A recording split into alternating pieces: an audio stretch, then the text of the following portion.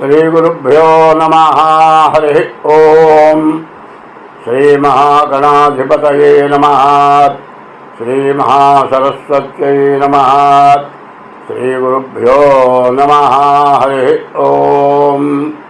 आदित्योर्कोरनिर्भानुर्भास्करश्च दिवाकरः मार्ताण्डः सविता हेळि तीक्ष्णांशुर्मिहिरो रविः यः कर्ता जगतां भक्ता संहर्ता महतां निधिः प्रणमामि तमादित्यं बहिरन्तस्तमोपहं।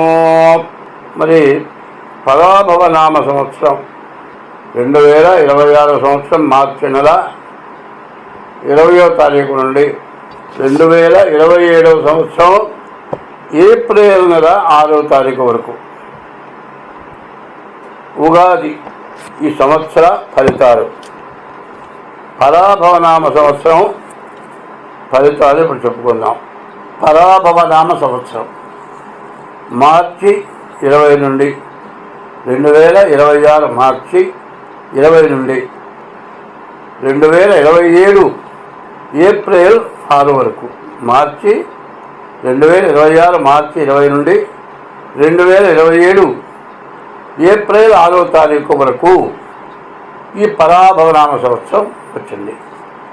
ఈ పరాభవనామ సంవత్సరంలో మరి ఇందాక మేషం వృషభం చెప్పుకున్నాం. ఇది మిథున రాశి, 3వ రాశి. ఈ మిథున రాశి చెప్పుకుందాం. ఈ మిథున రాశి ఎట్లా ఉన్నది, ఈ మిథున రాశి ఎట్లా వచ్చింది అనేది చూద్దాం. మృగశిర నక్షత్రం 3-4 పాదాలు, ఆర్ద్ర నక్షత్రం 4 పాదాలు, పునర్వసు నక్షత్రం 3 పాదాలు. పునర్వసు కేకోహ ఈ అక్షరాలు 3 కలిసి పునర్వసు నక్షత్రం. ఈ 3 మృగశిర 4 పాదాలు, మృగశిర 3-4 పాదాలు, ఆర్ద్ర 4 పాదాలు, పునర్వసు 3 పాదాలు కలిసి మిథున రాశి. ఈ మిథున రాశి ఫలితాలు ఎట్లా ఉన్నాయో చూద్దాం. ఈ మిథున రాశికి వచ్చేప్పటికల్లా దాదాపుగా చెప్పాలి అంటే 2 గ్రహాలు బాగున్నాయి. మిగతా ఏ గ్రహాలు కూడా పూర్తిగా బాగాలేవు. తర్వాత ఈ రాశికి ఉన్న పరిస్థితి ఏమిటంటే ముందు కుజుడు, బుధుడు, రాహువు, కేతువు, గురువు కూడా బాగాలేవు ఈ సంవత్సరం. 5-6 గ్రహాలు పూర్తిగా బాగాలేవు. ఇక చెప్పాలి అంటే 2 గ్రహాలే బాగున్నాయి, శుక్రుడు తర్వాత కేతువు. ఈ 2 గ్రహాలే బాగున్నాయి. పైన మరి కాలసర్పదోషం, రాహుకేతువుల మధ్యలో గ్రహాలు పడ్డాయి. ఇదొక కాలసర్పదోషం ఉంటుంది. ఇప్పుడు చెప్పుకున్న రాశుల్లో ఈ మిథున రాశి పరిస్థితి పూర్తిగా బాగాలేదు. ఈ మిథున రాశికి ఎట్లా ఉన్నది అంటే అంత ఖర్చు ఎక్కువ, విపరీతమైన ఖర్చు, దండగ మారి ఖర్చు ఎక్కువగా ఉంటాయి. మరి దీనివల్ల చాలా ఇబ్బందులు. చేసే వృత్తి కానీ, ఉద్యోగం కానీ, వ్యాపారం కానీ మానుకొని ఇంట్లో కూర్చుంటానికి అవకాశం ఉంది. మరి ద్వాదశంలో గురువు ఉండటం చేత నీవు మాట్లాడే మాట ఎవరి దగ్గర కూడా మాట కుదరదు. మాట సరిగా మాట్లాడకుండా ఎట్లా మాట్లాడాలి, ఎవరి దగ్గర ఎట్లా మాట్లాడాలి అనేది తెలియని పరిస్థితులు ఉంటాయి. ఒక్కోడు వ్యంగ్యంగా మాట్లాడతారు. అయితే కొంచెం హాస్యం కోసం మాట్లాడే వాళ్ళు కొంతమంది ఉంటారు. ఆ హాస్యం ఎట్లా ఉంటుందంటే అవతల వాంటని వేలు పెట్టి చూపించేట్టుగా ఉంటుంది. మరి ఈ రాశివాడు ఎట్లా ఉంటాడంటే ఇంటికి వచ్చి ఎవరో మనిషి మన ఇంటికి వచ్చాడు, మరి మీ నాన్న ఏం చేస్తున్నాడు అంటే వంట చేస్తున్నాడు అన్నట్ట. మీ అమ్మ ఏం చేస్తుంది అంటే గడ్డం చేసుకుంటుంది అన్నట్ట.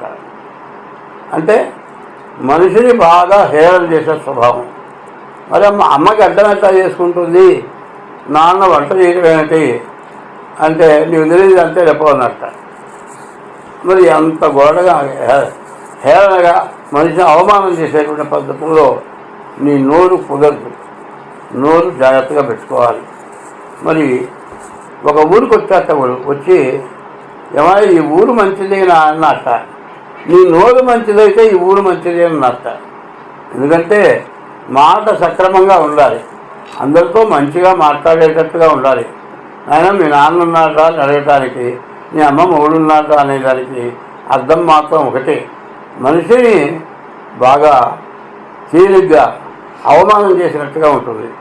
ఇట్లా పరిస్థితులు మనకు బాగుండనప్పుడు ఇట్లాంటి మాటలే వస్తూ ఉంటాయి. ఎందుకంటే అవతల మనిషిని లెక్క లేకుండా మాట్లాడినట్టుగా అనిపిస్తుంది.